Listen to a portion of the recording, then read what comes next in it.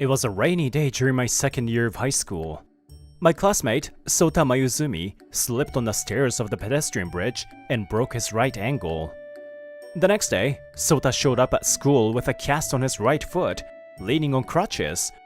Sota, are you okay? I kinda messed up.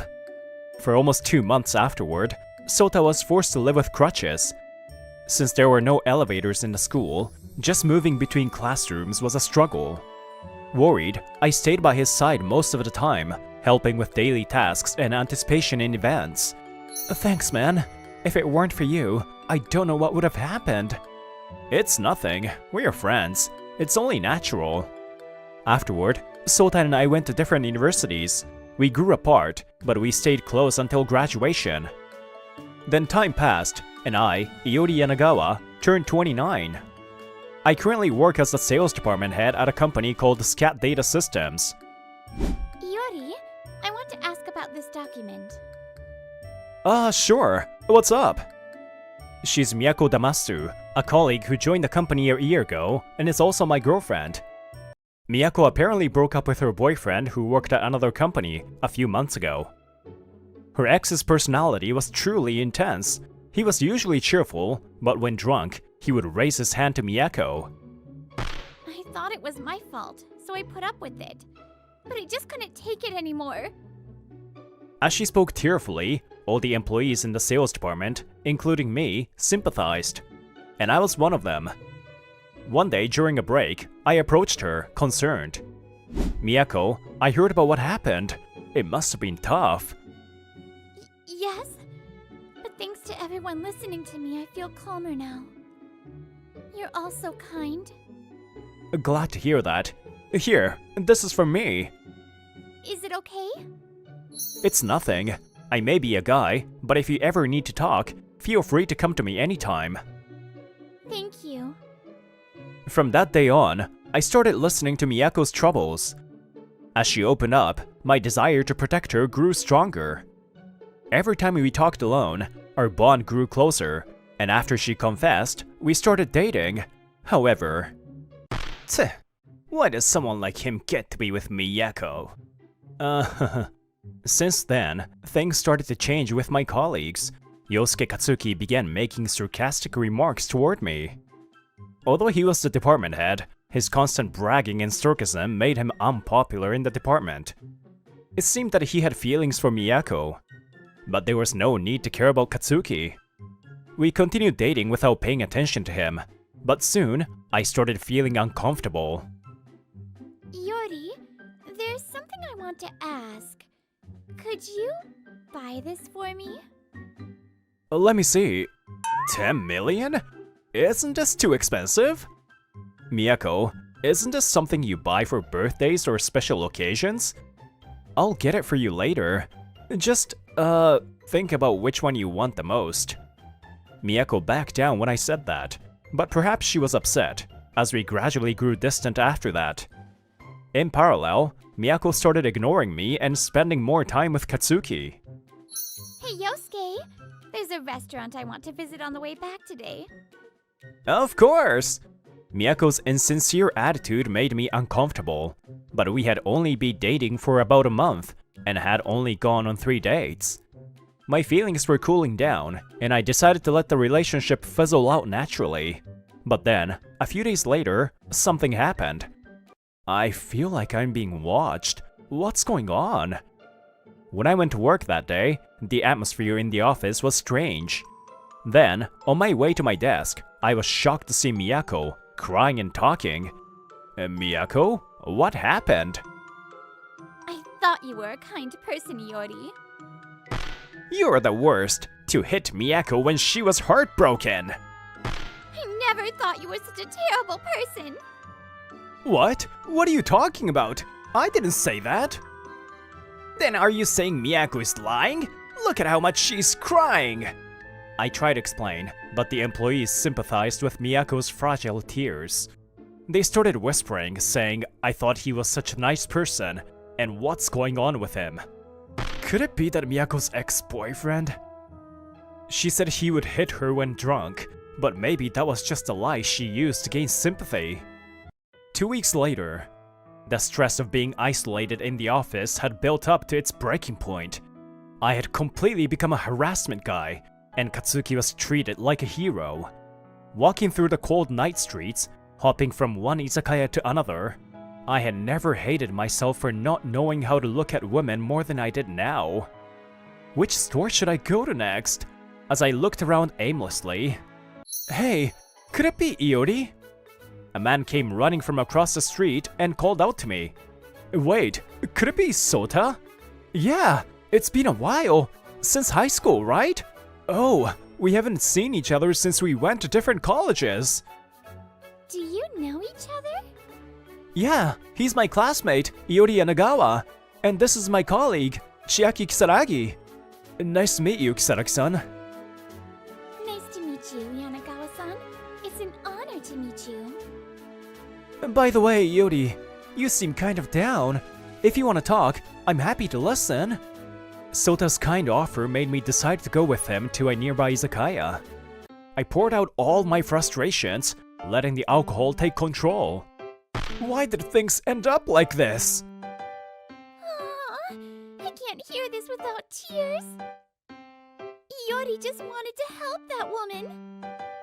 Hey, both of you, you're way too drunk. To set someone up like that, it's horrible. As a woman, it's embarrassing. I can't believe you dismiss Iori's kindness like that. Using him like a cash cow, and then isolating him in the office. Sota, you're rubbing salt into my wounds here. Iori, I've always wanted to thank you. Let me return the favor. Return the favor? Wait, is this about that thing from high school? That wasn't something you should be thanking me for. I'm the president of a company called Lovekoi Solutions. Wait, the president? Surprised? Actually, my dad is the president of a company called Lovekoi Tech. Your dad's the president? I never knew that. Well, I didn't tell anyone back then. I worked at my dad's company right out of college, but he told me to challenge myself more.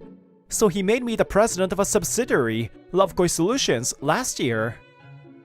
I also worked at the headquarters, and at that time I was appointed as vice president. Since we're close in age, it's easier to collaborate in management. Chiaki too? I see. To be entrusted with running a company, even as his son, you must have done a lot at the headquarters.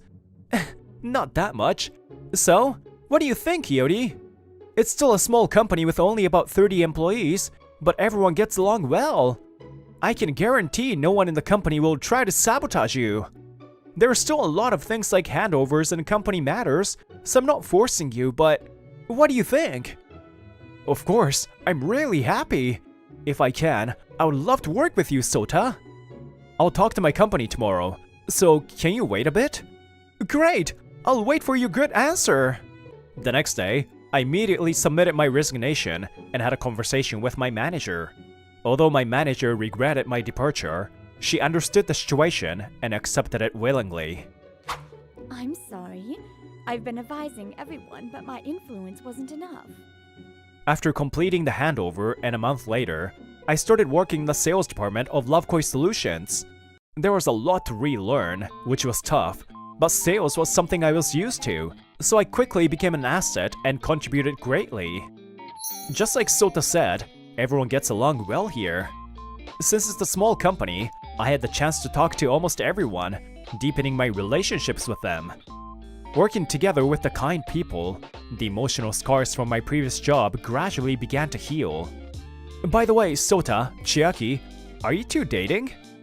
During a break one day, I suddenly asked this question. No, we're not. Yeah, there's no way I'd date someone like this.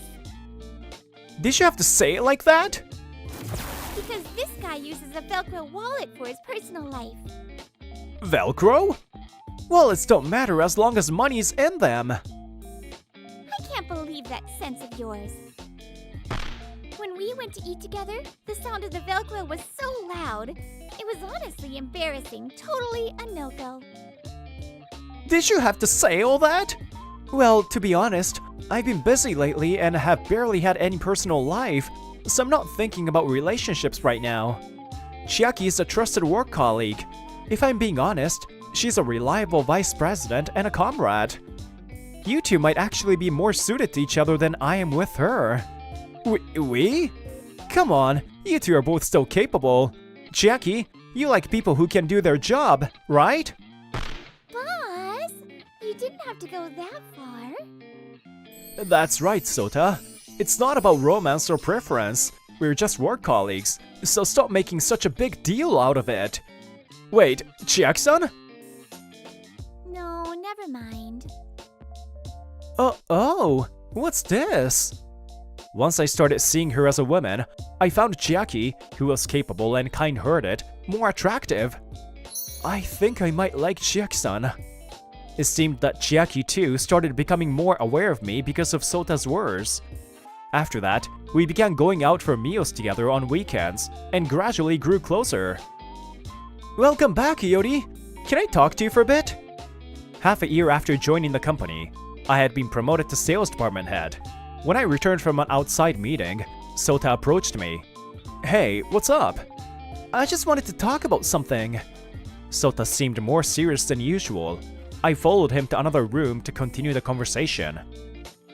A few weeks later, I was at a system development exhibition. The main purpose was to promote our company products. Sota and Chiaki were also at the venue for market research and to check on other companies. Alright, we're ready. Hopefully, we can make some good deals. Yes, that would be great. But as life goes, things didn't always go smoothly. Iori-kun. Miyako appeared in front of their company booth, her expression fake. It's been a while, so you're here too. Yes. You're President Mayuzumi, right? Nice to meet you. I'm Miyako Damasu from Scott Data Systems.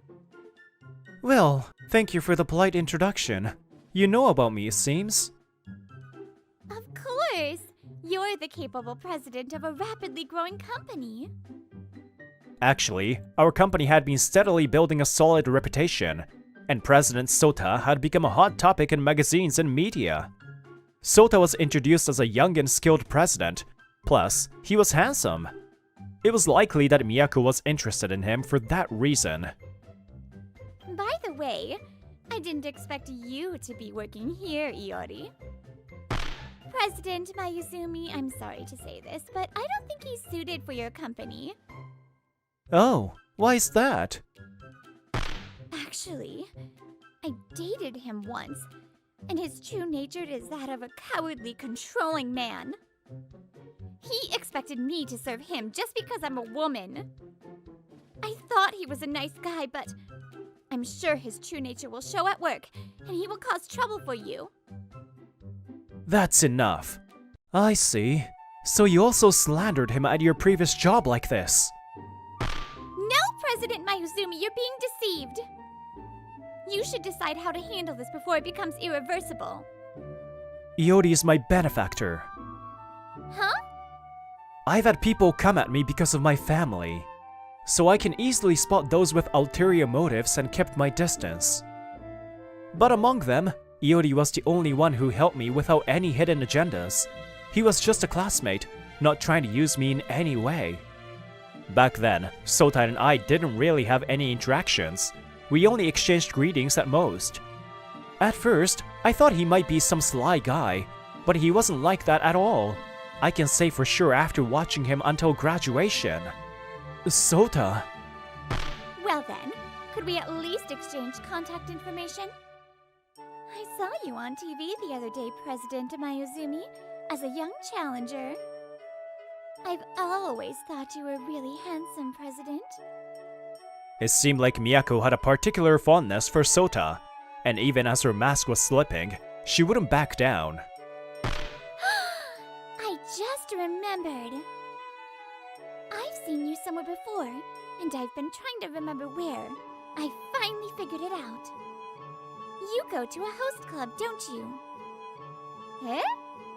As it turned out, Chiaki had recently started visiting a bar run by a friend, and on her way there, she had often seen Miyako entering a nearby host club. You're a beautiful woman, so you've left an impression on me. I never expected you were the woman who tried to ruin him. Ah, I see. You tried to get him to buy you brand name stuff right away after you started dating, so you could give that money to the host. No! Yes, Miyako was obsessed with host clubs. For her, visiting them was a main priority. She had been making various men buy her expensive things, which had been discovered. She had been forced to quit her previous job and transferred to SCAT data systems. Well, honestly, it worked out for the best. I was really pissed, and the stress was unbearable. But thanks to you, I was able to meet Sota again. And because of that, I was able to get a good job, and now I'm the sales department manager. What? Manager? Yes, a few months ago, Sota had suggested that I be promoted to manager. Hey Yori, how about becoming the sales manager? What? Me? There hadn't been any department heads or managers at the newly established Lovekoi Solutions. Sota and Chiaki had been directly managing departments, making final decisions and giving orders. You're good at your job, and since we're classmates, it's easier for me to consult you on things. Also, I don't want to bring personal feelings into work. But as a form of repayment, I want to give you the best treatment I can at this company. You don't need to answer right away, but think about it, okay? Thanks, Sota. But I can't let you give me this much special treatment just because we are friends. So, here's the deal. If I can bring back a big contract that I'm currently handling, how about that? That way, I think the other employees will agree with your decision. So, I want you to watch me as I prove my ability as the manager of the sales department. I'm confident you're the best person for this job. Ahem. Very well. Then I'm counting on you, Iori. Okay, got it, boss. And as promised, I successfully brought in a big contract and officially became the sales manager. It's because you abandoned him. Thanks to that, we were able to bring in great talent. I'm glad you're such a fool who have bad taste for men. Damn! If it has come to this... Sorry, Iori. Things got awkward because of what happened earlier. That was just a little joke. I came to talk to you because, well, I need help. Actually, I'm being mistreated by Yosuke-san. I really wanted to stay with you, but back then I was threatened, and I couldn't take it anymore. Does that really work on anyone? You're good at pretending, but you're pretty weak-minded, aren't you? No! This time it's true! He said, if you don't date me, I'll do something to him. Miyako forcefully changed her story, clearly trying to deceive again. Are you trying to use Iori's kindness to deceive him again? No! It's not like that. Don't go near him anymore. From now on, I'll make Iori happy. Chiaki stood next to me, confidently declaring, and I felt my heart race. Wait, no, Iori! Miyako still tried to cling to me, but... Miyako! Yosuke-san? What the hell is this on my credit card statement? The bill next month is 800,000 yen? You used the card for brand items and cash advances. I lent it to you thinking it was for you, but this is all for the host? It seemed that Yosuke had been listening to our conversation and had a bad feeling. So he checked the statement. How am I supposed to live with this 800,000 yen charge? No, this is... So the whole I wanna be happy with you was a lie? What? You like me, don't you? I'm letting you date me, so maybe you should be thanking me. Huh? Get over yourself! I'm done with this money-grubbing leech! An 800,000 yen credit card bill. Tough luck. The two of them continued arguing, forgetting that they were at an exhibition venue. They kept at it for a while, but eventually, they were taken by the sales department head of SCAT Data Systems, and were harshly scolded. Later, Katsuki filed a police report claiming that Miyako had fraudulently used his credit card. However, it was difficult to prove whether she had intended to deceive him from the start, and so the investigation didn't go anywhere, leading to a civil lawsuit. You approached me because you wanted my money, right? Give it back! We were in a relationship, so this is to be expected. The two of them are now embroiled in a bitter lawsuit, using up what little savings they have left. Also, due to the cold looks they received in the office, both of them were forced to resign. After Miyako left her job, everyone learned that I was wrongly accused of something I didn't do. One by one, former colleagues began apologizing to me.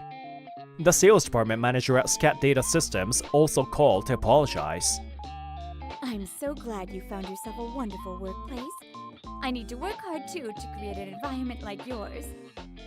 With the two of them resigning, the sales department was now short on staff, and they plan to overhaul things on a large scale. I don't really care about the former colleagues, but I hope this sales manager gets the recognition she deserves. By the way, the exhibition ended successfully. After negotiating, we managed to find a few new business partners. That's what I'm talking about, sales manager! You were a huge success at the exhibition! Wow, Iori, you were amazing. I'm looking forward to seeing more from you. A little while later, I started dating Chiaki, and Sota happily congratulated us. I don't do kind things for the sake of getting something in return, but there are those who remember the kindness we've built up over time.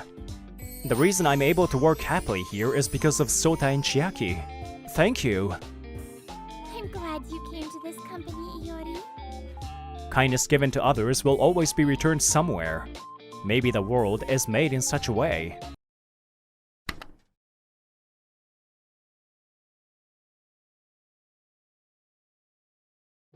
I know that I'm dreaming. It's a memory I've replayed over and over. It always started with an anxious word from Yuka. Kohei, you really live here? It looks bad, huh? That's why I didn't want to bring you here. I asked you to bring me. How old is this place? I think 74 years? What? 74 years? It's a lot cleaner inside. Looks like there would be ghosts. Ha ha ha! You scaredy cat. Rent is cheap and it's nice. Do newcomer authors really make that little? For me, my first print sold 3,000 copies. So if one copy without tax is 150 yen, around 450,000 yen. Isn't that good? No, it takes 3 months to write one. So if you calculate it by month, it becomes 150,000 yen per month. What? That's it? That's no different than my pay. Actually, I don't have any benefits or bonuses, so it's probably less. Oh, that's why you live in this shabby apartment. No, that's not. Why did you hold back? Nothing. Don't worry about it. Here, this is my room. There are books lying around, but... It's so shabby. They have rooms like this nowadays? Make yourself at home. You say that, but... Oh yeah, the bathroom is outside. What? What do you mean? No way. Kohei, you were this poor? What? You're a bottom feeder. I can't do this. No way. We have to break up right now. Goodbye. Don't call me. What? Wait, Yuka! After that, I couldn't contact Yuka. It was so sudden, and she was my first girlfriend, so I was very sad. But now I get it. I was dense. A broke guy was dumped. Nothing strange about that. If I could explain things to her, would it have changed anything? It was years ago, but that incident was still a thorn in my side. My nightmare is almost over.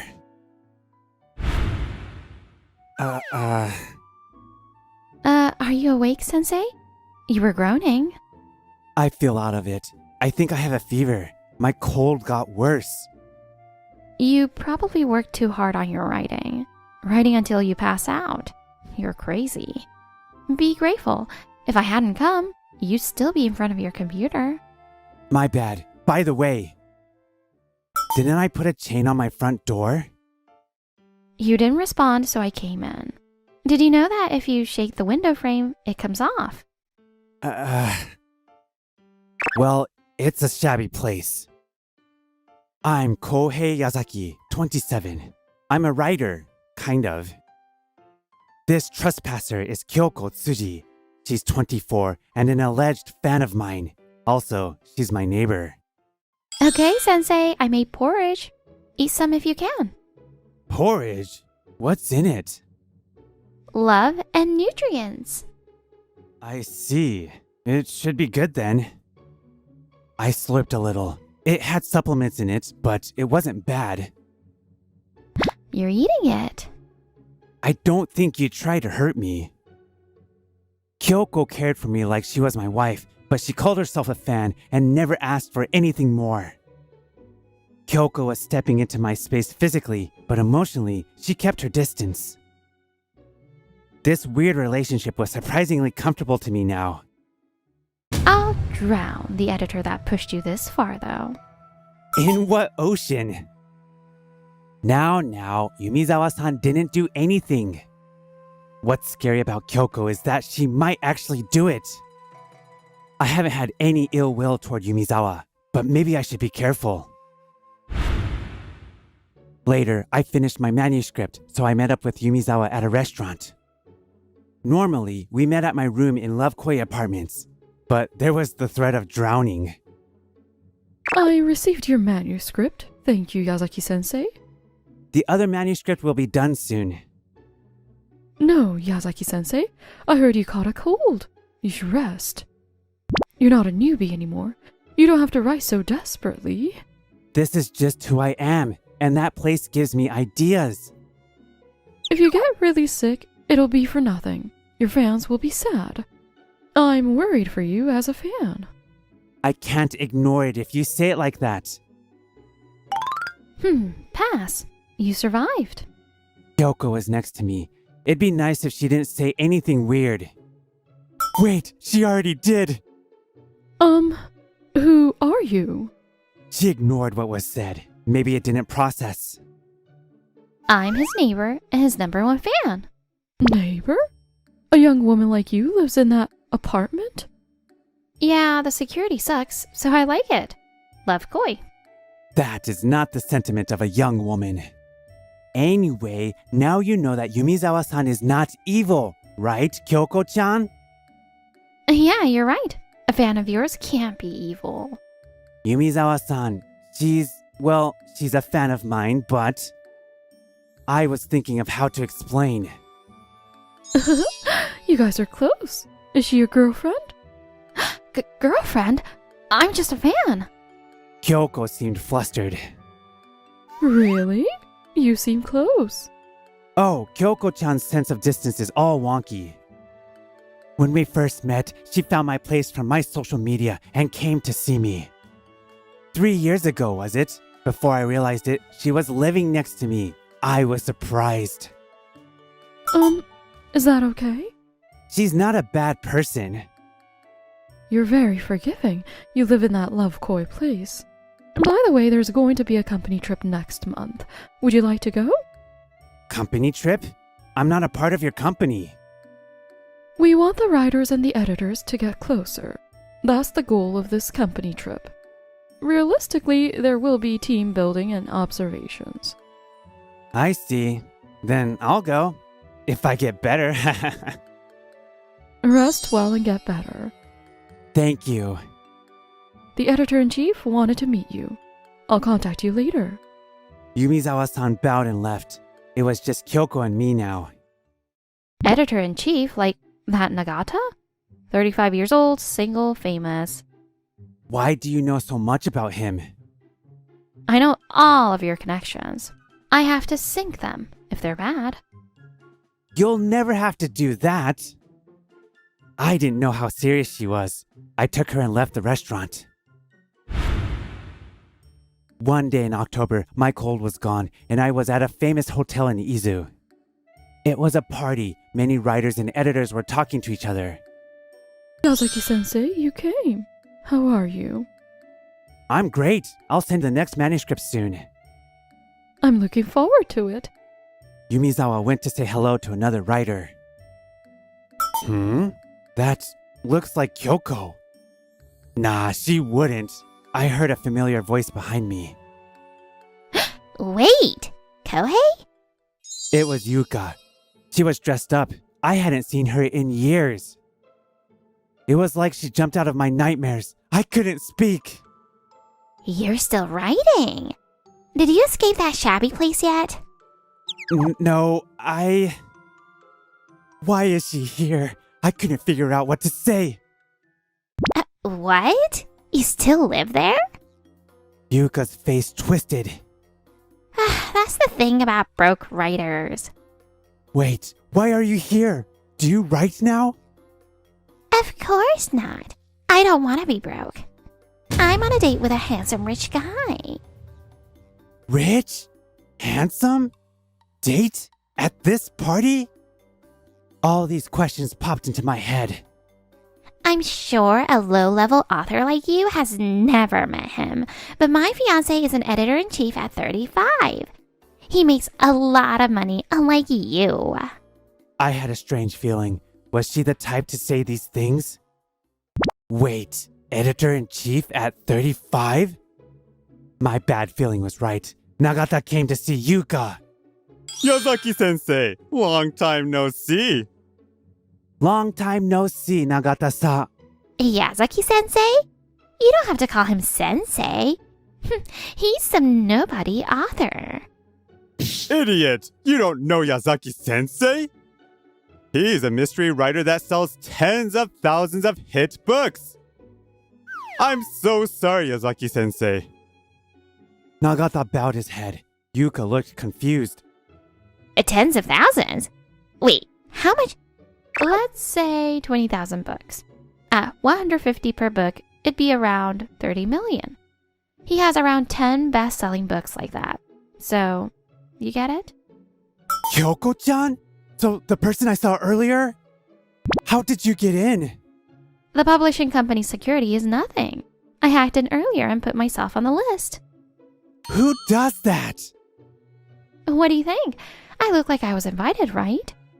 She had dressed up, so she did look like she fit right in. No one would doubt it if I said she was a new author. Who are you? His #1 fan. And by the way, Sensei made around 120,470,000. Obviously, much more than the editor-in-chief. Why do you know that? Love? Suspicious. Love saves the world, and it's pretty easy to figure out a person's income. My fiance was so rude. Don't worry, I've known Yuka, her for a while, so she's just comfortable. I'm sorry. Thank you for saying that. You, apologize too. I don't know. If you make that much, why do you live in that shabby apartment?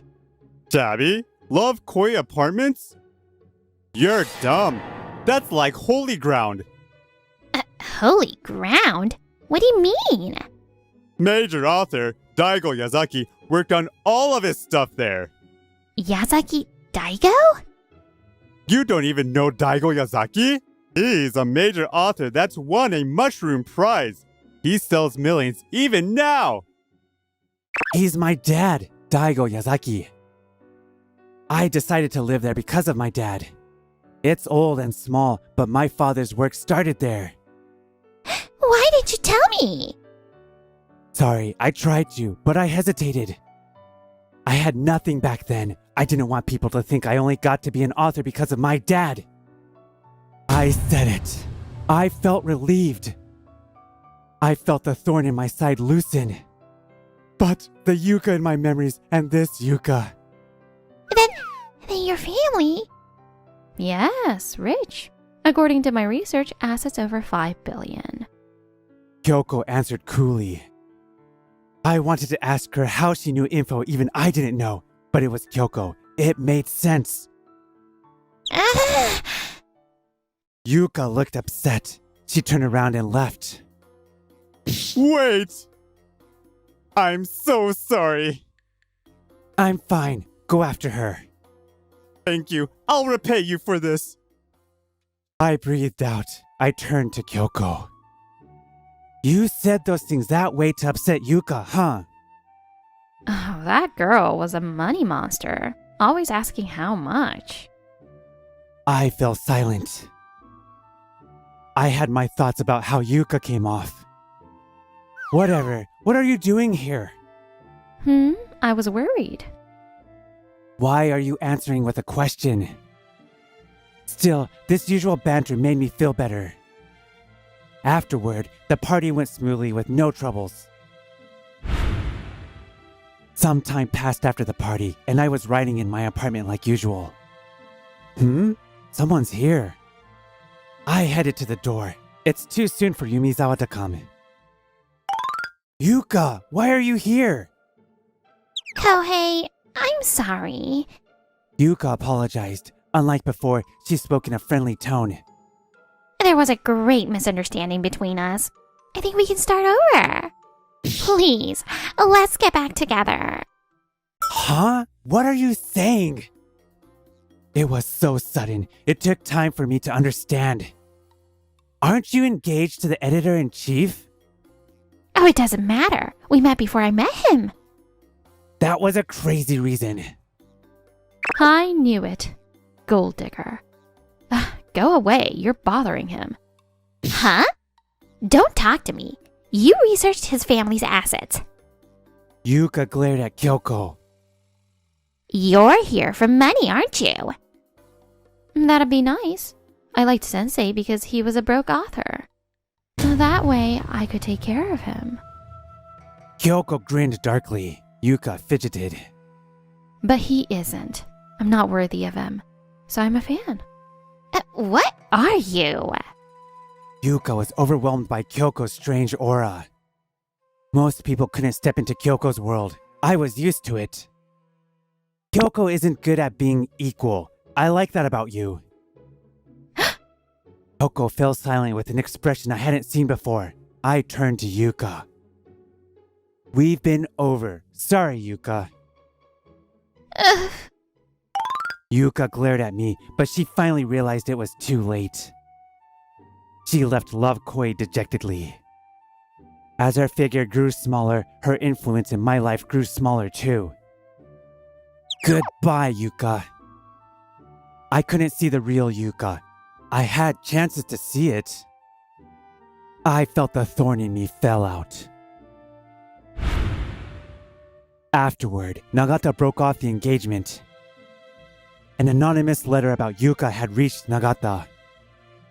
It even included a voice memo in a USB stick of Yuka asking me to get back together. That person didn't have to go that far. There are some scary people out there. I won't say who, though. After Yuka left Love Koi, I was facing Kyoko. You used me to make her go away. You noticed? Of course. How long do you think I've known you? I'm quite scary when people feed my delusions. You could stay delusional. I was half serious. Kyoko fell silent again. I think I held on to the Yuka thing for a long time, but I feel free now. I had bad taste. You have bad taste in women for sure. I laughed weakly at her quick reply. Really? I feel like I'm better now. I'm a lot to handle. I know. I'll mix things into your food. As long as I can eat it. I'll go in through your window. I'll give you a key, so don't. Then, friends first. You're wonky for sure. Okay, friends. Kyoko had upgraded herself from a fan to friend. She looked shy. I don't think I'll have nightmares anymore. You can only move forward when you've dealt with your past.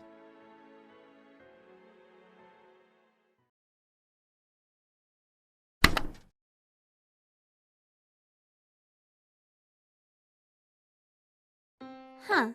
Are you maybe Takafumi? What are you doing here? Isn't it far from where you live? Maybe since the company went bankrupt, you're going to be re-employed here? I'm Takafumi Kiyokawa. I'm 30 and the president of a small design company called the Kiyokawa Design Office. I was on a business trip today to have a dinner with a client, but I ran into a person I didn't like in front of the station. No, my company hasn't gone bankrupt, and I'm just here on a business trip. She's Seto. She's my ex, whom I broke up with 2 years ago. It must be tough for a poor president to have to travel so far. By the way, I'm having a wedding tomorrow at a luxurious hotel, and my husband's workplace is nearby. I am already married, and he is the heir of a major company. In other words, I'm the wife of a major company president. He wants me to be a housewife, and my workplace is far away, so I've already quit my job. She's talking all this without me even asking her. I think back on the days I spent with her. What? Kiyokawa-san, you run a company? Yes, I run a design company. Seto and I met at a matchmaking party where a mutual friend was the organizer. Awesome! I respect people who are smart enough to run a company. I want to know more about Kiyokawa-san. That's how I was approached by Seto, and we ended up dating. Hey, I want a new bag. I just bought it for your birthday a month ago, right? Could you wait until our anniversary? Well, that's still a long way off. Fine, I'll hold back. So why don't you treat me to some delicious food today? I loved the teppanyaki restaurant you took me to for my birthday. You know, I told you that we only go there on special occasions because it's expensive, right? So, our financial sense didn't match at all. I'm the type who uses money when it's necessary, but otherwise, I want to build assets for the future. On the other hand, Seto is the type to spend as much money as she can, and I was always paying for her date in full. Let's break up. You said you're the president, so I thought you'd be richer, but you are so stingy. The company you run is small and poor, right? A poor man who can't afford to spend money on a date is not suitable for me. I see. I also didn't think you're good for me. Let's break up. And so we parted ways. Considering my age, I was considering marriage. However, if our values do not match, it will be difficult. I think this was a good decision. I guess her values haven't changed since then. I'm so glad I was able to part with you, poor president. My current boyfriend makes everything I want come true. Well, I'm about to have the final meeting for the wedding, so I can't be wasting my time for you. Well then, poor president, try your best not to destroy your own company. After Seto looked down on me, she left. I'm really glad that she broke up with me. While thinking this, I checked my watch.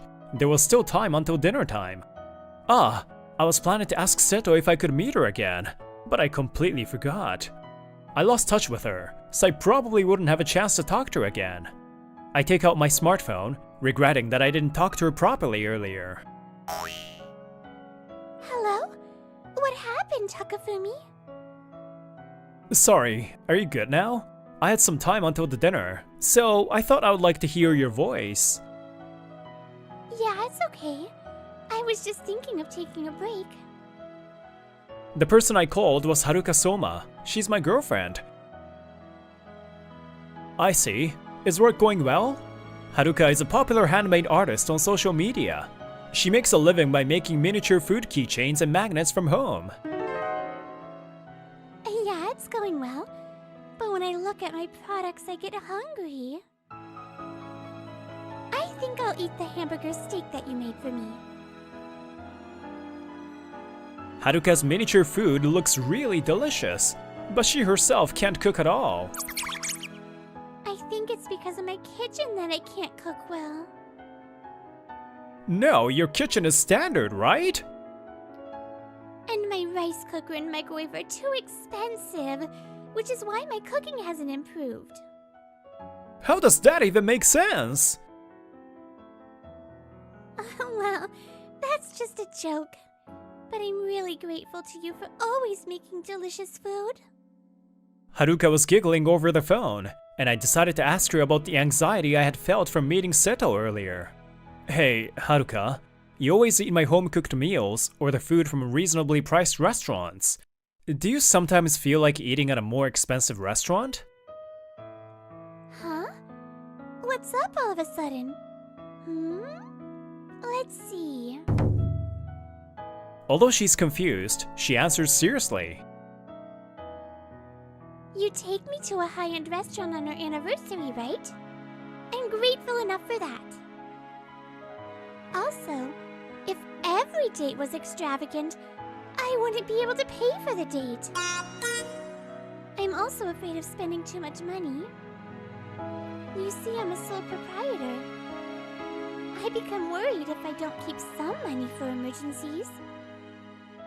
I see. I'm glad. Thanks. I feel better. Yeah? Well, I'm glad if you got better. Haruka didn't seem to understand why I asked her this, but I was relieved and felt better. After all, it's important for lovers to have the same values. Well then, it's time to go to dinner, so I'll hang up. Thanks for taking the time. Well, I was also happy to talk to you. See you later. After finishing my call with Haruka, I headed to the dinner venue. President Kiyokawa, thank you for taking time to come today. Thank you for always creating wonderful package designs for our products. No, thank you for always taking care of us. The dinner started as planned at the hotel restaurant. There were Chiaki Mikura, president of Mikura Seika, a major confectionery manufacturer, and Natsuhiko Soma, the managing director. By the way, I'm on good terms with managing director Soma, both in business and private life, because... By the way, President Kiyokawa, I heard you are dating Soma's younger sister. Is your relationship going well? Yes, I met her yesterday, and I called her today before coming here too.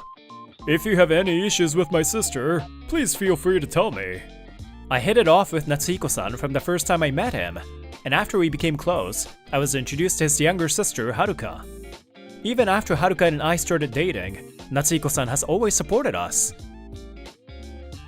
Speaking of relationships, President Mikura, your son is now married, right?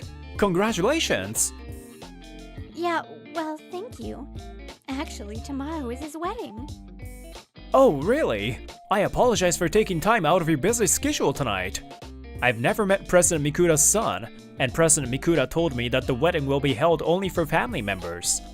I was told that she didn't need a wedding gift, so I didn't know her son or the person she was marrying. However, I saw that President Mikura was slightly hesitant to talk about it. I wish my son were like you, President Kiyokawa. Soma-kun. If he at least had a common sense, he should have handled today's dinner or tomorrow's ceremony. Well, I'm sorry. It's boring to bring up topics about my family. No.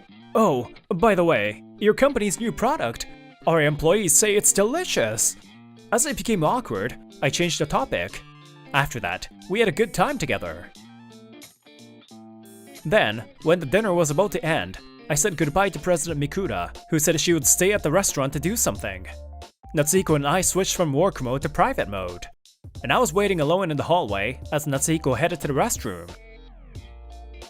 Wow, what is a poor president doing in a place like this? You must have followed me?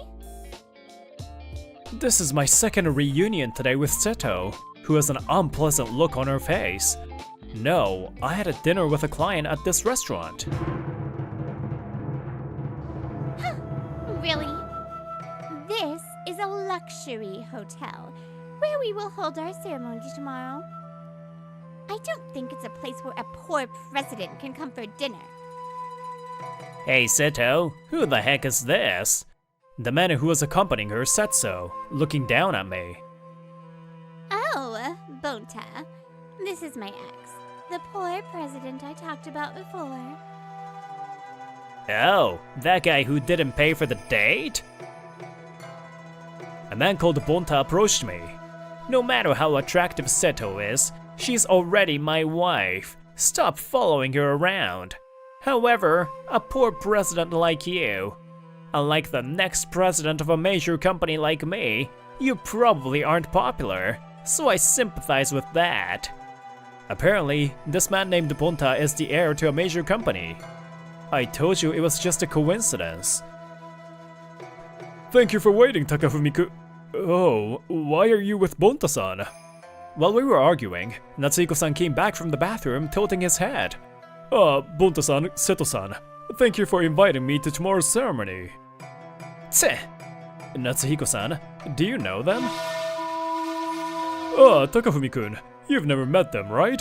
This is Mr. Bonta Mikura, the son of President Mikura. The lady next to him is Bonta-san's wife, Seto-san. No wonder.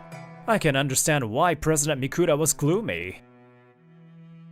Bonta-san, Seto-san, this is Kiyokawa-san, the president of Kiyokawa Design, our company's client. Most of the package designs for our products were created by his company. Huh? So what Takafumi said about having dinner here?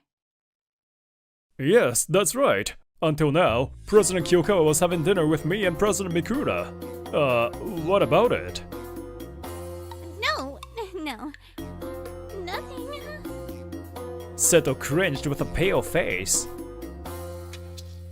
Soma, you seem to be on good terms with that poor president. So you signed a contract with this guy just because you're friends? Huh? I thought it was strange. How can a major company like ours do business with a poor president? You not only cajoled my mom into becoming a managing director, but are you even making the company your personal property?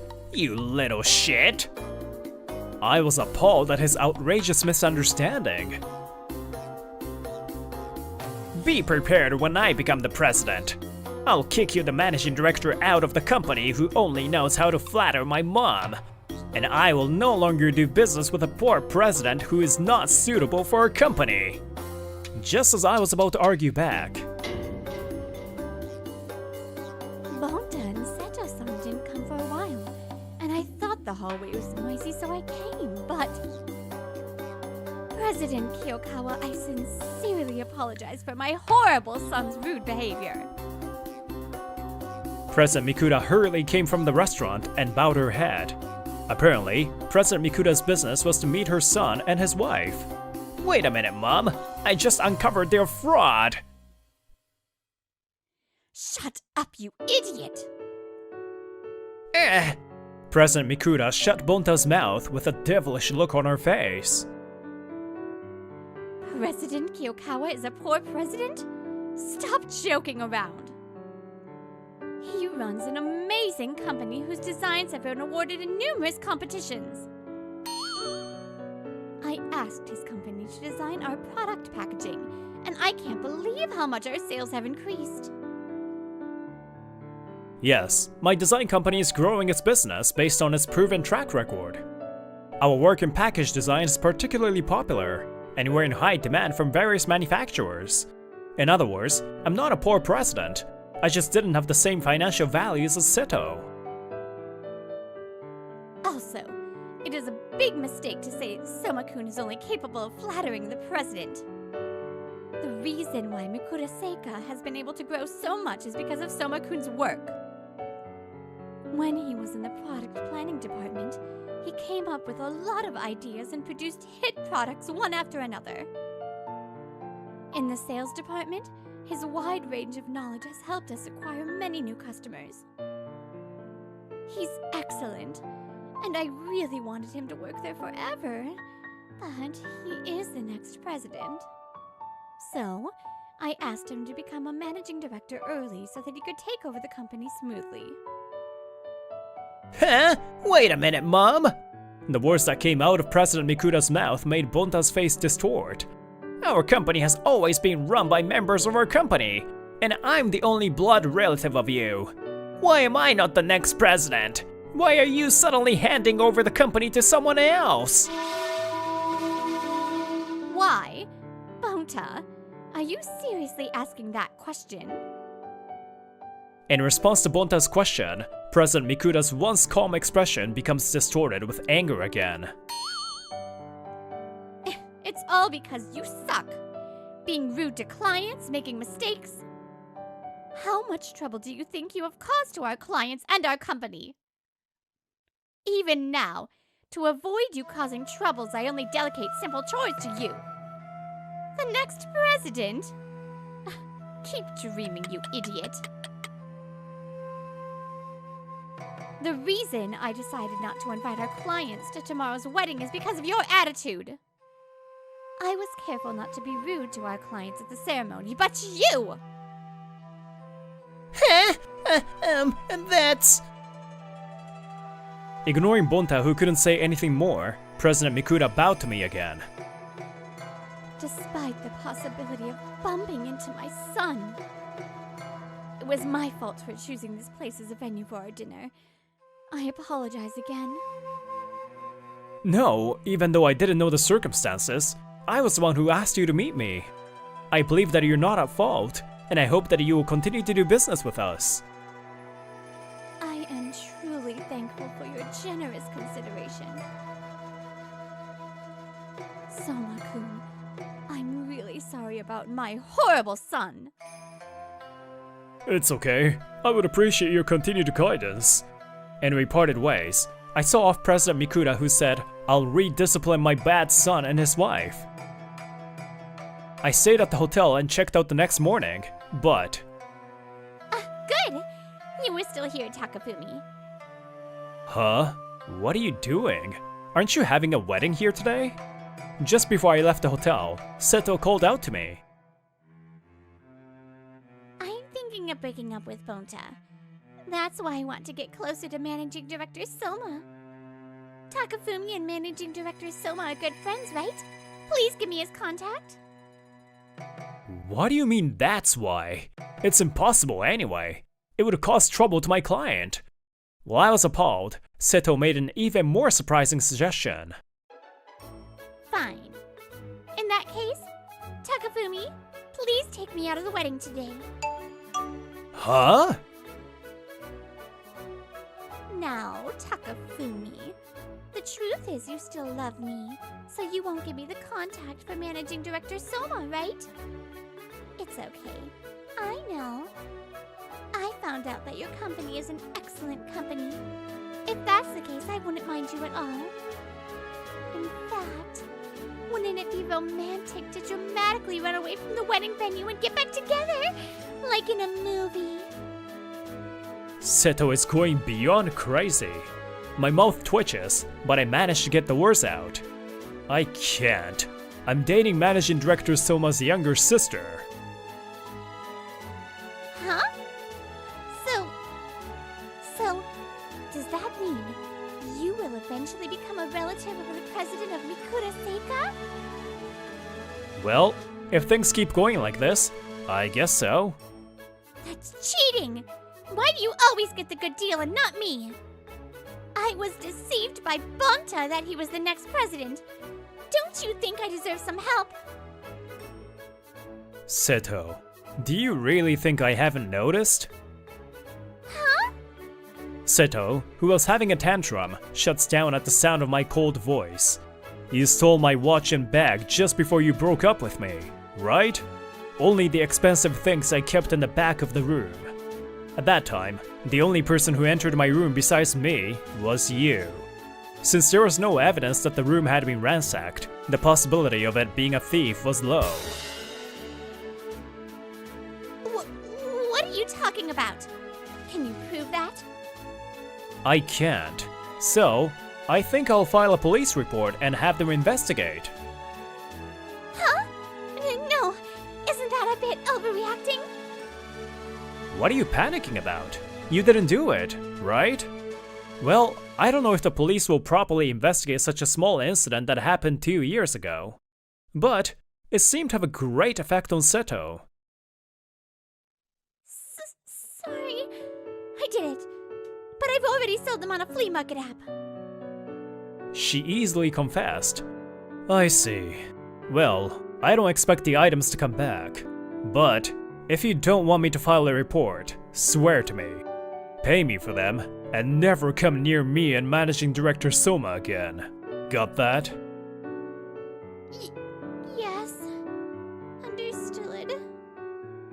After making sure to record the audio, I left the hotel, leaving a dumbfounded Seto behind. After that, the wedding of Bonta Mikura and Seto was held, but the attendees who were staying at the hotel apparently witnessed our exchange, and word of their misdeeds spread during the wedding. President Mikura apparently said she wouldn't let her son inherit the business. I'm relieved to hear that. The bride is terrible too, right? In a sense, the two of them are a good match. It seems that Bonta, who started to be criticized at the company, resigned from Mikura Seika. Under President Mikura's strict guidance, he was entrusted to the care of a veteran servant of the Mikura family, along with Seto, who needed to work to compensate me. Hey! If you keep moving slowly like that, you'll never be done. Help me! It seems that they are forced to work as manual workers from morning until night. Haruka, Takafumi-kun, congratulations on your marriage! A few months after that shocking day, Haruka and I got married and had a wedding. I was busy preparing for the ceremony that day too, so I pleaded Mikura Seika to make time for me. As someone who is close to both Haruka and Takafumi-kun, you seem to be polar opposites in some ways. But I think you have a perfect relationship, supporting each other and sharing important values. With Takafumi-kun, Haruka will surely grow even more as a person. Takafumi-kun, please continue to support her. Since people are all different, it is natural that their values may not match. However, you can't look down on others just because their values don't match yours. Takafumi, I look forward to a life with you. Yeah, same here. Even though Haruka and I are different, we share our values. I would like to continue living our lives supporting each other.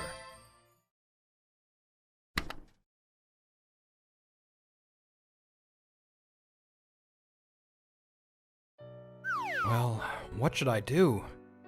I sighed, looking at the financial state of my restaurant, which was struggling due to the ongoing pandemic. I'm Yoshihisa Soneda, 25 years old. I run a fusion cuisine restaurant.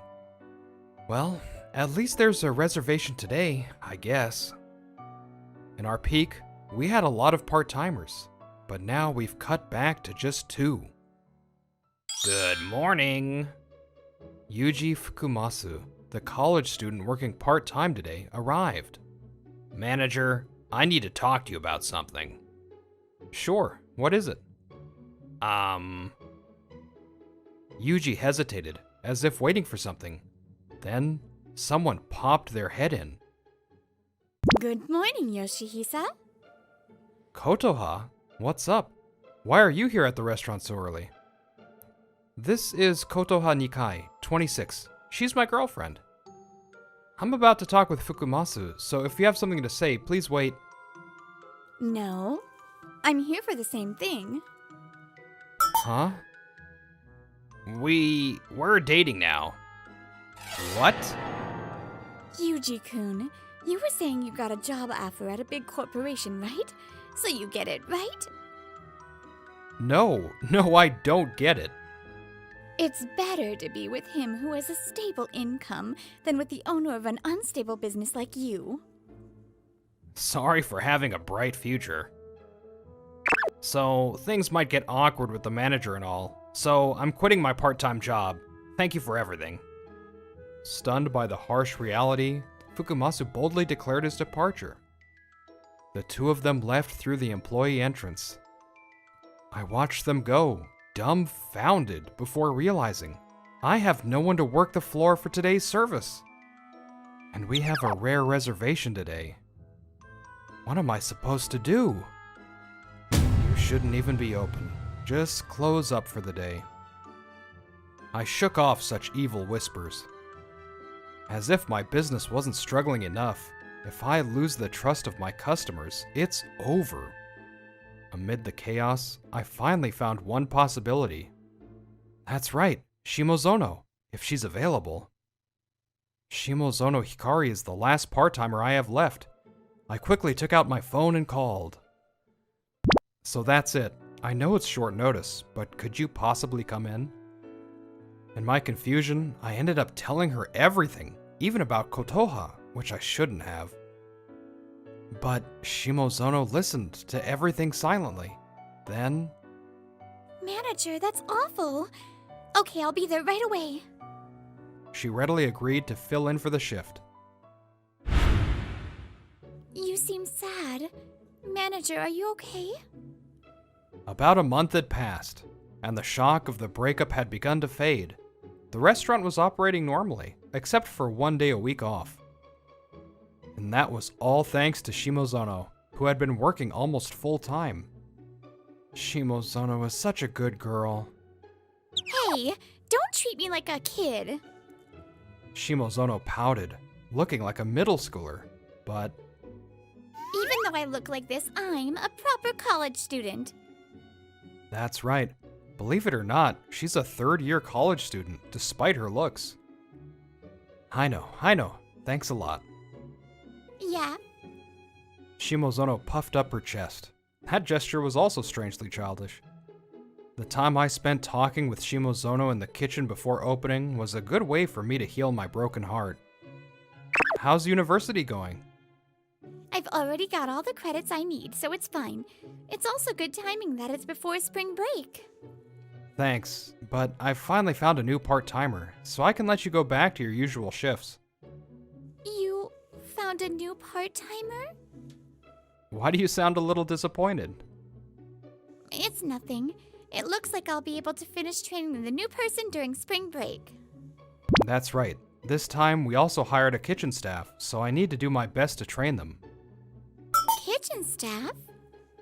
I figured it would be bad if I didn't know what to do with the floor when needed. Originally, our restaurant was run by me in the kitchen plus one floor part-timer.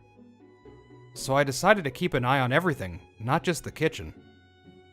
Does that mean you're gonna make recipes for all your dishes, manager? It's a bit of a pain, but once I have recipes, even a part-time cook can make the same dishes. That's necessary for me to be able to work the floor and oversee the entire restaurant. I wouldn't skip out, though. Yeah. It's not that I don't trust Hikari. In fact, I know I can count on you in a pinch. But I don't want to put all the burden on you. It's my restaurant after all. If that's the case, then... And as I declared, after training the kitchen staff to a certain extent, I started working the floor. Welcome. Right now, I recommend our spring vegetable soup curry. It's hard to oversee both the kitchen and the floor, but by working the floor, I can see areas for improvement. Thanks to my enthusiastic customer service, the restaurant's sales went up significantly, and the number of customers increased rapidly. Okay, I'm heading to the kitchen for now, so I'll leave the floor to you. Okay, replied Shimozono, who was also doing a great job leading the floor as a part-time leader. Thanks to that, our restaurant became a bustling business in about 6 months. Shimozono, you're graduating soon, right? The other day you said you wanted to work for me. Were you serious about that? Yes, I'm serious. I haven't been job hunting, so I'll cry if you say no. Oh man, the responsibility is huge. The business is on the right track, so if you're okay with it, I want you to be our first official full-time employee. How about it? Is that bad? Wait, why are you crying? I'm so happy. I'll do my best. Just as she said, as soon as she became a full-time employee, Shimozono began working on creating a customer service manual. She finished a very easy-to-understand booklet full of her know-how. It feels like training the part-timers has gotten so much easier because of it. Hikari, I'm thinking of opening a second restaurant. A few years later, during the slow time after lunch, I suddenly brought it up. A guy I met at a networking event for restaurant owners is closing shop. It seems like I might be able to rent out that property as is. What do you think? I think it's a good idea, but why are you asking me? If I open a second restaurant, I want you to be in charge there, so I was wondering if you were okay with that. to be away from the manager, but we can meet after closing, and I'll go if you say so. Well, I'll be going there half the week too. Then it's no problem at all. The style will be the same fusion cuisine as here, right?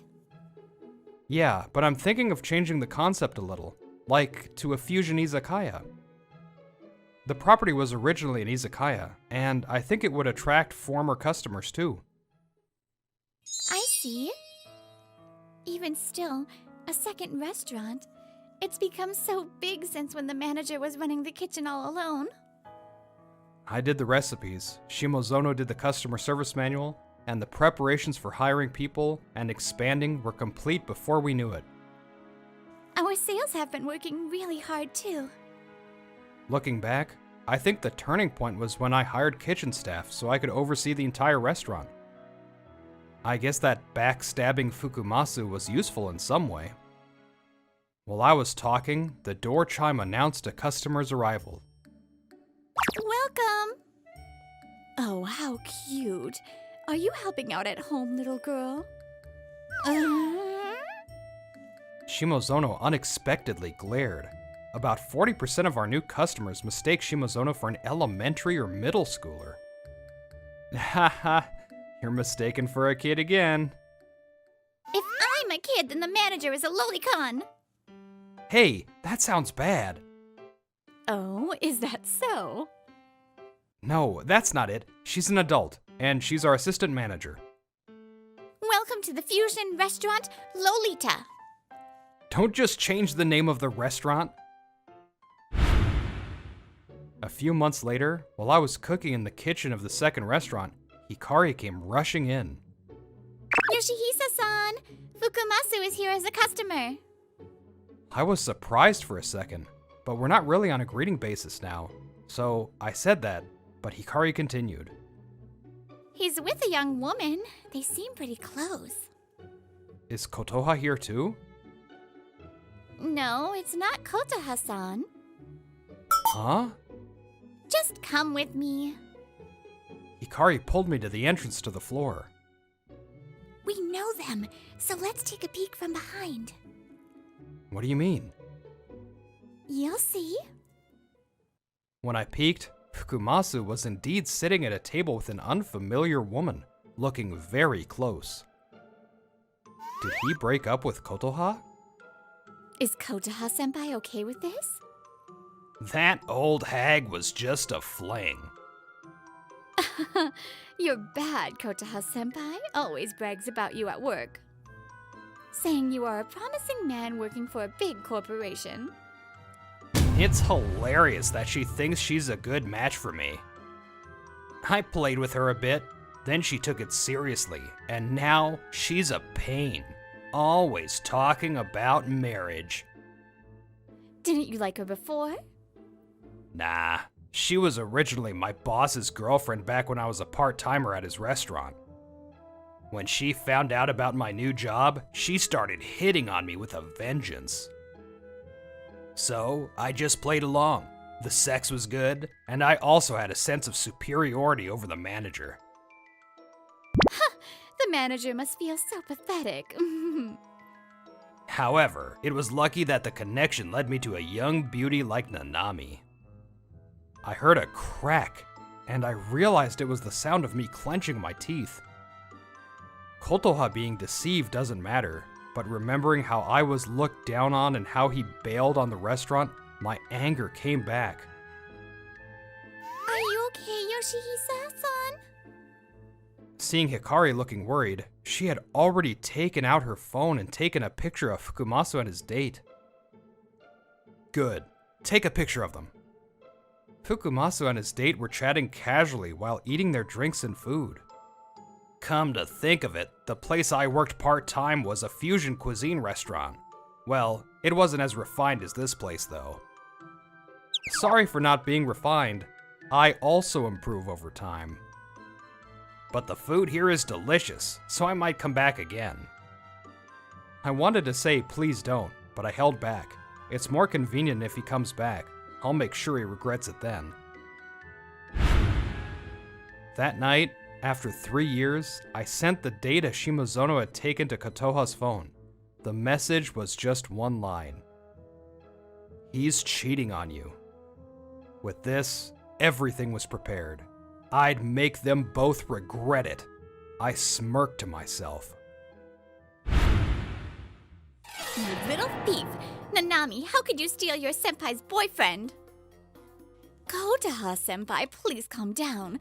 This is just a misunderstanding. Later, as I had planned, I managed to corner all the people involved in the back of the second restaurant. I can't have you making a scene in the dining area. If you have a fight, do it here. No, I don't really want to fight. Wait, is this the manager's restaurant? Yep, my second location. Thanks for your patronage. So, the manager called Kotoha, huh? That's right. After that message, Kotoha contacted me right away and asked me to let her know if he came to the restaurant again. By the way, I only helped Kotoha because I wanted to see Fukumasu get what was coming to him, not because of her. You're so devious. Devious? I don't want to hear that from you, who used Kotoha from the beginning just for your own amusement. What do you mean from the beginning? Kotoha, quick to react to our conversation, directed her anger at Fukumasu. No, that's not what I meant. Fukumasu was about to make excuses, but it seemed he changed his mind, probably realizing it was pointless. He twisted his face and declared, "Yeah, that's right. It was just a game with you from the start." So when you said you couldn't marry me until you got a promotion... That was a lie, obviously. How cruel! I'm turning 30 next year. I've always believed in you and waited for you. I don't care. Besides, what kind of guy would fall for a woman who flirts with other men while having a boyfriend? At that moment, Kotoha's face contorted. No tears, but a sudden demonic expression appeared. Yuji, you've got some nerve. That's my Kotoha, I thought to myself with satisfaction. Now I'm going to completely crush you even if it means I go down with you. Let's fall together. What? What are you, crazy? Do you think I'll be intimidated by those threats? Threats? I'm serious. Don't underestimate the sin of wasting a woman's 20s. Fukumasu was silenced by Kotoha's intense anger. That's right. Kotoha is the type of person who will attack without regard for her own harm once she's angry. I used to think it was part of her personality, but now I'm grateful that we broke up without any issues. And you too, Nanami! Don't think you can get away with stealing someone's boyfriend! But please calm down. Let's settle this peacefully. How long do you think that would take for Kotoha to talk peacefully? I don't have time for that. Now, if you understand, go home.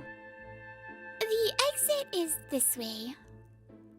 Hikari opened the employee exit that led out of the back. Wait a minute. Kotoha, let's talk. It's too late. If you don't want to get beaten up right now, get lost!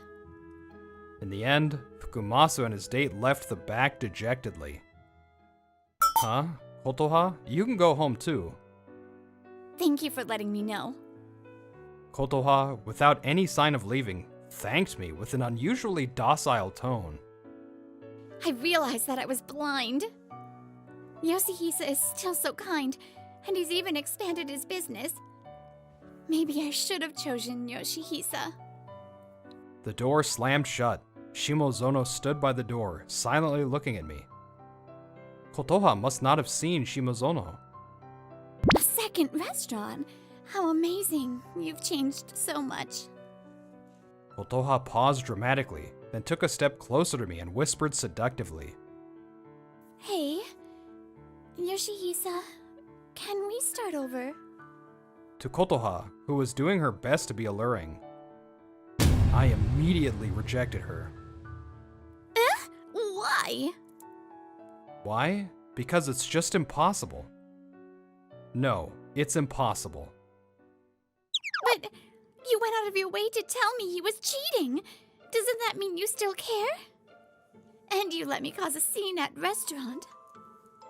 That's only because I knew it would be bad if I didn't say anything. I only used Kotoha to get back at Fukumasu. But I couldn't say that, or she'd turn her anger toward me, so I tried to remain calm. I was sad. I got dumped for Fukumasu because my business was doing a little poorly. But at that time it really seemed like your restaurant was going under. Shouldn't lovers be supportive in those times? Even if you said that, I don't know anything about running a business. I'm not saying you need to help run the business. I just mean, shouldn't a lover cheer you on? So, what you're saying is, you wanted me to cheer you on?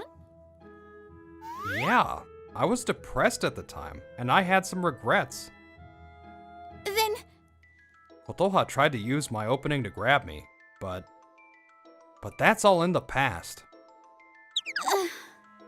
Kotoha went silent after I made it clear that she was in the past. And in that moment... Besides, I'm married already.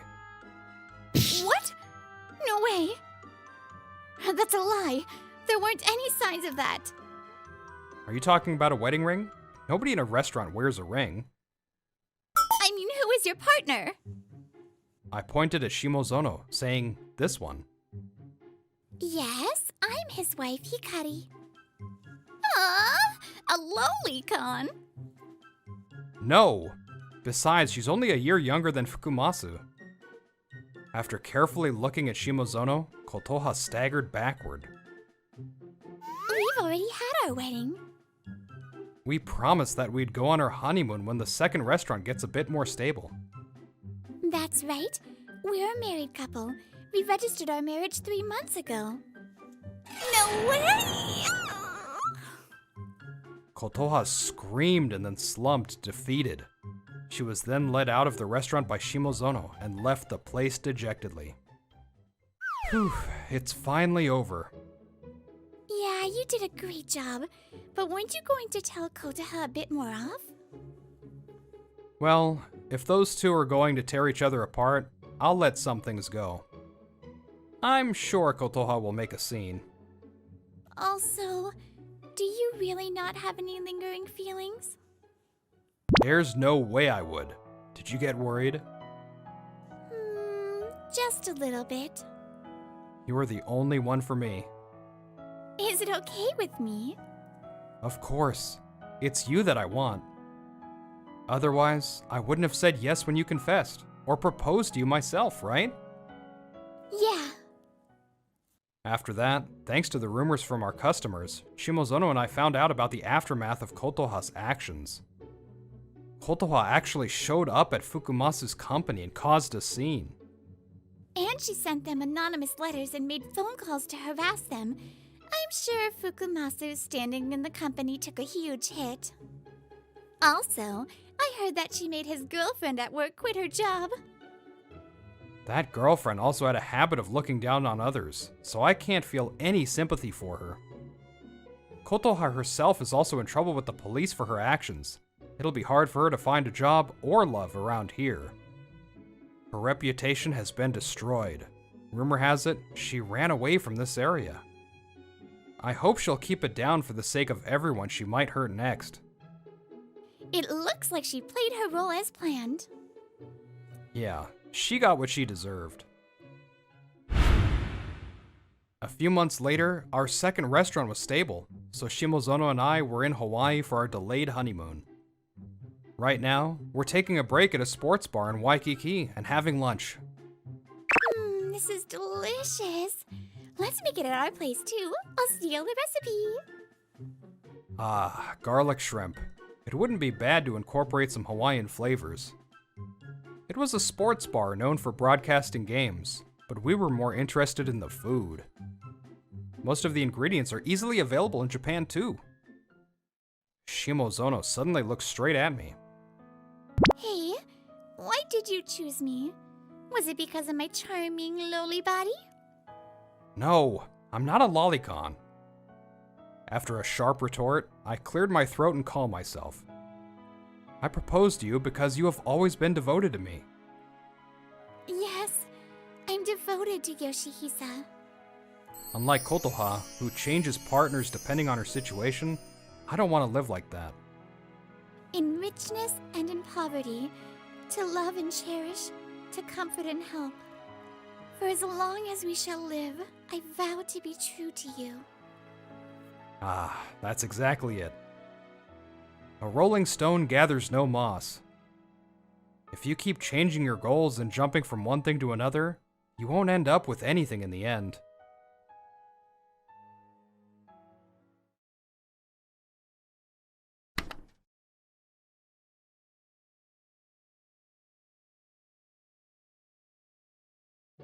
I can't believe it. Do low-class people just pick up things like that? What? No. I just thought someone might have lost it. You'll catch a code. Huh? Who are you? Sorry. This thing is practically falling apart. I'm sure you don't want it. Take care of things. Many people have been told this or have said it to others. Everyone has something important to them, something they strive to protect. Yet in this world, the things I cherished were always despised by others. Kensuke! Tomorrow's a day off. Take me somewhere? My name is Kensuke Kitami, a 23-year-old system engineer with a technical degree. And this is Kinugi Shinomichi, the daughter of my company's CEO and also my girlfriend. Sorry, I have something to do tomorrow. Again? You've been turning me down a lot lately. My aunt isn't feeling well. I'm sorry. As I nodded along to her complaints, I kept walking. Then, huh? This is an old watch. Someone must have dropped it. A lonely-looking, worn-out pocket watch lay abandoned on the roadside. I felt strangely drawn to it and picked it up. Kensuke, what are you doing? Huh? Oh, this? It caught my eye. It's old, but it looks expensive. Wait. Are you serious?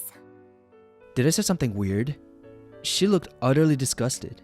I can't believe it. Do low-class people just pick up things like that? What? No. I just thought someone might have lost it. That broken watch? If someone dropped it, they obviously don't want it anymore. You don't know that. It might be something very precious to them. Unbelievable. You're probably thinking about pawning it off or something, aren't you? You're good at your job, and you're decent looking, so I liked you, but this is too much. Goodbye. With those parting words, she left me. They don't need it anymore, huh? I haven't heard that in a while. I didn't feel like chasing after her. I've never been the type to cling to people, and I didn't feel any attachment to her either. You might have been something precious to someone too. I absent-mindedly brushed off the dust with my fingers, whispering to the unknown owner of the pocket watch. The scars on my worn-out heart ached. Mom! Last night this guy's creepy old watch started making noise again. I can't take it anymore, it's so weird. I'm sorry, but it's important to me. It was a memory from long ago. A time when I was being passed around between relatives as a child. I had no parents. When I was 6, they died in an accident. The adults treated me like something fragile, desperately searching for a convenient excuse to get rid of me. They don't understand. This watch, it's all I have left. Even as a child, I had resigned myself to being passed around. No matter where I went, it was always the same. My parents were gone. Then, one day, the Furuki couple, distant relatives, came into my life. Kensuke, bring everything important to you. Come live with us. Unlike the others, their eyes held kindness. Hey, Hey, did you hear? Katami picked something up off the street during his date yesterday and took it to a pawn shop. I never imagined him doing something like that, but now that I think about it, he does own a lot of old things. The next week at work, rumors have spread. I got to witness firsthand the power of being the CEO's daughter. I never even went to a pawn shop, but whatever. People leave eventually. No matter how much you treasure them, it doesn't matter. He said I'm an old woman nobody wants, but he picks up old junk and keeps it for himself. That's awful. Just because he's good at his job doesn't mean he can treat women like that. Her lies grew more elaborate, and my place in the company was gradually being raised. I never said any of that. She must have realized she couldn't back down now. To keep from being exposed, she piled lie upon lie, systematically concerning me. I decided I wasn't going to waste any more time on her or the people entertained by her lies. Thank you for everything. Wait, are you really quitting? Don't you feel bad leaving your colleagues behind? The office stirred at my sudden decision. It wouldn't be easy to find someone to replace me. Some people, conveniently ignoring how they spread rumors for fun, tried to stop me, but my decision was final. Kanugi, the root of it all, had finally gone pale, but that was her problem, not mine. For now, take your time and focus on taking care of yourself. And so, I left my job. I didn't have my next move planned. When I told the Furuki couple, the ones who raised me, they just smiled. That's right, Kensuke. If you ever need anything, just come home. This is your house too. Thank you, Uncle Aunt. I'm going for a walk. It's been a long time since I came here. This was the small park in the town I moved to when the Furuki couple took me in. I used to hide inside that playground equipment. Then Uncle and Aunt would always come and find me. Some of the familiar structures were gone, probably removed due to aging. Old things eventually disappear. That's just how the world works. Then why? Why does it hurt so much? A crying voice echoed in sync with my own pain, drawing my gaze upward. Huh? That woman? Why is she crying here? Normally I wouldn't have paid any attention, but for some reason, I couldn't ignore her. As if drawn to her, I stepped forward, the sound of my feet shifting the sand beneath me until I stood before her. You'll catch a cold.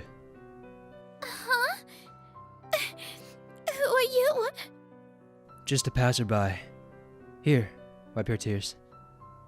I held out a handkerchief and immediately realized my mistake. The one I offered was old, worn from years of use. Sorry. This thing is practically falling apart. I'm sure you don't want it. Thank you. I'll borrow it. Eh? Sure, here. Without hesitation, she took the handkerchief from me and blew her nose forcefully, along with her tears. Huh? Why are you laughing? No. I just didn't expect you not to mind the old handkerchief.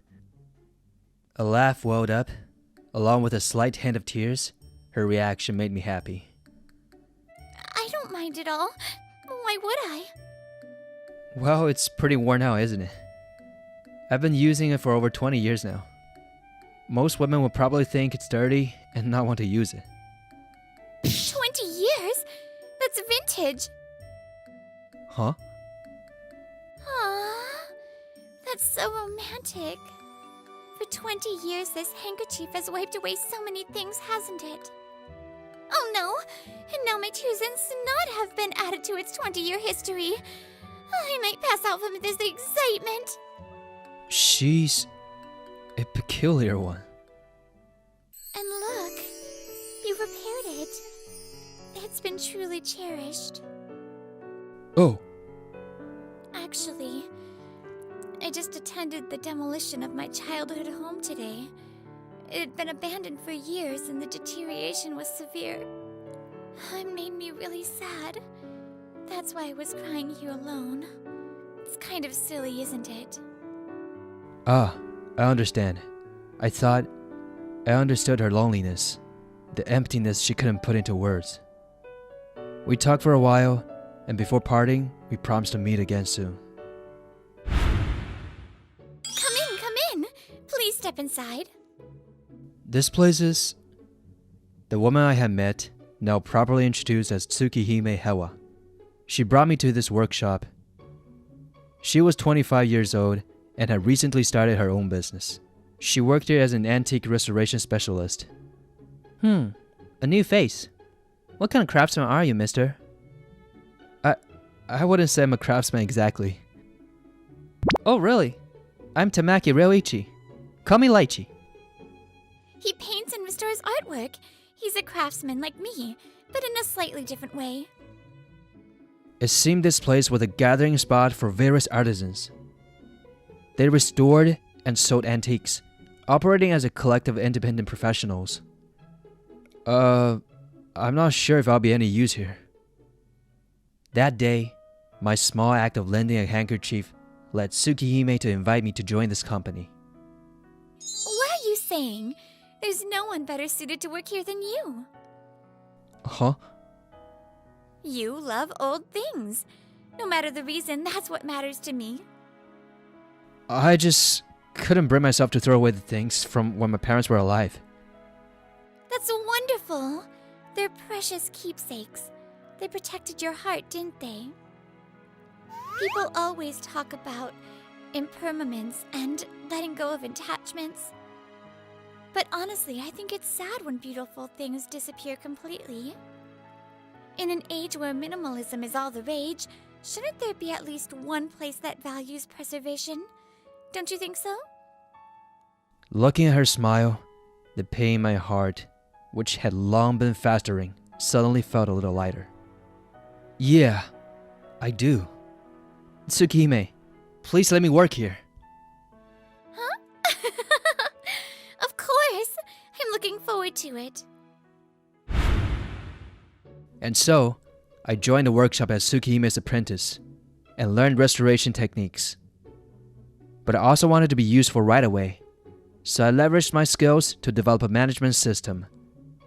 I built an internal system to handle everything, from acquiring antiques to tracking repairs and sales. Whoa! This makes everything so much easier. Kensuke, you're amazing! Yeah, we're all artisans and restorers here, so we were really lacking in organization. You are seriously cool, Kensuke. I'm glad I could help. The work was fulfilling. Having spent years preserving my parents' keepsakes, I found that experience coming in handy. Looks like you're having fun, Kensuke. Tsukihime was incredibly skilled. After finishing a specialized school, she had trained under a master craftsman. Maybe someday I can fix the old pocket watch I found. In the end, I couldn't bring myself to throw it away. I had tried taking it to a police station, but they wouldn't accept it as a lost property since it was clearly broken and had no value. So I took it home with me. No value. Huh. I wouldn't let them say that forever. Someday, my attachment to the past might be my downfall. But for now, I want to embrace that part of myself. Another system error? What's going on? 6 months had passed since I left my previous job. The office I once worked in was now filled with tension. We don't know. Katami always handle these kinds of issues. You call yourself engineers? If that guy could do it, why can't you? Ugh! What am I supposed to tell my father now? This is all your fault! Kanugi only cares about how she'll explain things to her father, not about fixing the actual problem. She really has some nerve, acting like this after everything she did to drive him out. Yeah, but we were just as guilty for spreading rumors. Yeah, Katami always helped us, but we turned on him. We were awful. The other engineers who had pushed me out regretted it. But that had nothing to do with me anymore.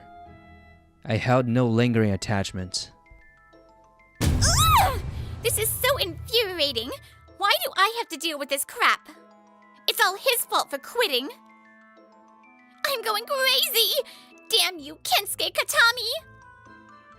Unlike my former colleagues, she bore no guilt, only resentment toward me. Hello. You must be Kanugi Shinomichi. Huh?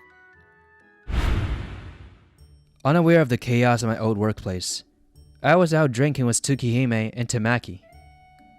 The police contacted me. Apparently, a nearby recycling shop had been receiving a lot of stolen goods lately. We need to be extra careful with our sourcing. Our business deals with what's legally classified as secondhand goods. Anything previously owned, repaired, or even unused but sold for future use falls under that category. To operate, we needed a secondhand dealer license. If we ever unknowingly buy stolen goods, we could face legal consequences. I had no idea I used to be an administrative scrivener, Lychee. Right? People always find it surprising. I actually handled all the licensing paperwork for our boss when she started this company. You really helped me back then. After helping Tsukihime with the business paperwork, Tamaki decided he wanted to be a craftsman himself. Everyone has their own past, huh? Maybe it was the alcohol, but I found myself feeling a bit sentimental, just as we were about to head to a second bar. I found you! Kensuke, I've been looking everywhere for you. The person rushing toward me as if about to bounce was Shinomichi Kanugi, the last person I ever expected to see again. What do you want, Shinomichi? What do you mean, what do you want? Everything's a mess because of you. Fix it. I have no idea what you're talking about. If you don't explain, there's nothing I can do. Don't play dumb. The other day, that foster parent of yours, some guy named Furuki, came to my company. Huh? Furuki? A man? Does she mean Masato? And apparently he's some big shot client of ours. Why did you say anything? You told me you didn't have parents, that they died when you were little. Why would someone who doesn't even consider you their child throw away a business deal for you? That's right. The man who raised me, Furuki Masato, is an executive at the company that used my former system. He threw away the deal? I had no idea. Besides, Uncle isn't the type to make business decisions based on personal feelings. Lies! He told me himself. You've done quite a number on Kensuke, haven't you? That boy was shuffled from house to house before he finally came to us. Kensuke is our one and only son. Do you understand that? That has nothing to do with me. Wait, but he said he didn't have parents. That's true. We wish to be his parents, but we could never truly replace his real ones. His wounds run deep, and that is our failing. But even for parents who aren't perfect, there are still things we can do. He always wore a gentle smile. Even I had never seen him angry before. I will never forgive you for hurting my son. Be ready for the consequences. Furuki Masato and his wife had saved me from being passed around like an unwanted burden. Their love was real. But I was always afraid. Afraid that if I depended on someone, I'd eventually lose them. Uncle must have realized this and chose to watch over me gently, never pressuring me. Hearing her story, I fell silent. Losing patience, she grabbed me. Are you even listening? I said fix this. Tell him to continue the deal. You can do that, right? If you don't, my father will. He'll scold me. Hey, let go. You're gonna rip my jacket. Shut up, shut up, shut up! It's just some old rag anyway. The sound of something breaking. I hated that sound. It rang in my ears, telling me exactly what had happened. Huh? Wait! I didn't think it would actually tear! I mean, was it really that old? Honestly, a grown man wearing a tattered jacket all the time is way weirder. You're still just as pathetic and filthy as ever. Enough. What? Pathetic and filthy? You wouldn't understand, but this jacket is something Uncle gave me when I got my first job. It's important to me. Whenever it got worn down, I repaired it, making sure it never fell apart. Everything wears down with time. Everything grows old. But in return, they carry memories, people's emotions, and thoughts. And I despise people who mock things without knowing their meaning. The emotions I had suppressed, festering like sludge inside me, erupted in a shout. It felt like my throat was ripping apart, but I didn't care. Your company's engineers contacted me the other day. They said they were sorry. Huh? I didn't care in the slightest, but they also told me that constant system errors had lowered the company's standards. Uncle probably saw that too. He's not the kind of man to let bad business slide. Tsukihime, Laichi, I'm heading home. I need to see Uncle and Aunt. Alright, leave this to us. You have something you need to say, don't you? Yeah. Thank you. Wait, Kensuke, if you're going to see them, then It's about time you learn to read the room. What? This has nothing to do with you two. It does. Kensuke is our valued employee now. My apprentice, too. Apprentice? What the hell did he even learn from someone like you? Nothing you could ever understand. Someone who destroys things and refuses to apologize has nothing to learn here. Later, I found out that the two of them had put Kanugi in her place on my behalf. Dear, you'll catch a cold if you stay out here too long. At that time, the Furukis were enjoying a peaceful evening under the moonlight. Saiko, I'm sorry I was never able to give you a child. Furuki and Masato had a condition that prevented them from having children. After overcoming their hardship, they chose to take me in. What are we talking about? We have Kensuke, don't we? Yeah, you're right. We do. If only I could have been his real... I'm home! Kensuke, what are you doing here at this hour? I need to tell you something. Running at full speed for the first time in years, I was out of breath. Tears welled up inside me, making it hard to form words. I always thought it was just how things were. Ever since I was a kid, I believed I was alone, so I clung to my parents and mementos. Because if I lost even those, then I would truly be alone in this world. Even when you and Aunt gave me a place to belong, I was scared. Scared that one day I'd lose you too. I was too afraid of losing something important, so I pretended not to see it. But the truth is, I couldn't say the rest. It felt selfish. Like it was too little, too late. I worried I had waited too long, but... Kensuke, tell me, have we been your parents? Your family? Thank you for raising me. For giving me a home. Dad, Mom. Kensuke, you... I'm so glad. Welcome home, Kensuke. Now a little about what happened afterward. Kanugi caused the loss of a major client, which was the final straw for her father, the company president. On top of that, the president had once valued me as an exceptional employee. When he found out that his own daughter was the reason I left, he exploded with rage.